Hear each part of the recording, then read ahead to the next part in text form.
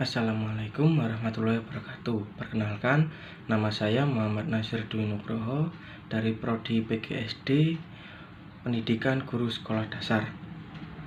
Kali ini saya akan menyampaikan tugas tentang wawasan Nusantara.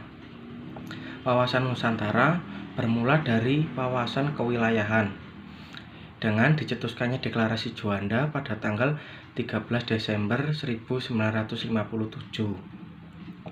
Inti dari deklarasi itu adalah segala perairan di sekitar, di antara, dan yang berhubungan pulau-pulau yang termasuk negara Indonesia dengan tidak memandang luas atau lebarnya adalah bagian-bagian yang wajar daripada wilayah daratan negara Indonesia. Dengan demikian, bagian dari perairan pedalaman atau nasional yang berada di bawah kedaulatan mutlak milik negara Indonesia. Keluarnya Deklarasi Juanda 1957 membuat wilayah Indonesia sebagai satu kesatuan wilayah laut, bukan lagi pemisah pulau, tapi laut sebagai penghubung pulau-pulau di Indonesia. Melalui perjuangan di forum internasional, Indonesia akhirnya diterima sebagai negara kepulauan Archipelago State berdasarkan hasil keputusan Konvensi Perserikatan Bangsa-Bangsa atau PBB tentang hukum laut UNCLOS tahun 1982.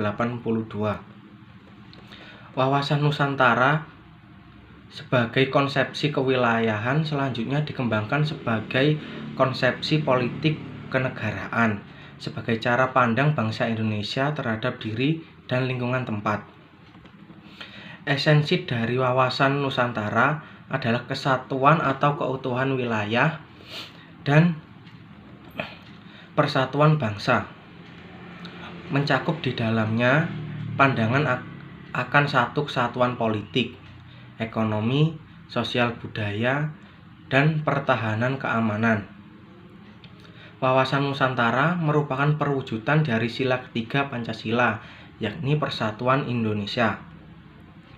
Rumusan wawasan Nusantara termuat pada naskah GBHN 1973 sampai 1998 dan dalam pasal 25A Undang-Undang Dasar Negara Republik Indonesia 1945. Menurut pasal 25A UUD NRI 1945, Indonesia dijelaskan dari aspek kewilayahannya. UUD NRI 1945 ini pula bangsa Indonesia menunjukkan komitmennya untuk mengakui pentingnya wilayah sebagai salah satu unsur negara sekaligus ruang lingkup bagi bangsa Indonesia yang telah bernegara. Ketentuan ini juga mengukuhkan kedaulatan wilayah NKRI di tengah potensi perubahan batas geografis sebuah negara akibat gerakan separatisme, sengketa perbatasan antar negara, dan pendudukan oleh negara asing.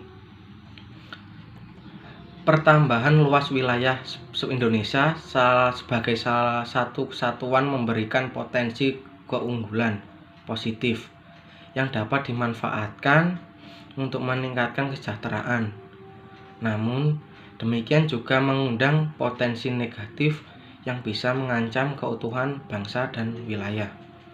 Sekian penjelasan saya tentang wawasan Nusantara. Sampai jumpa.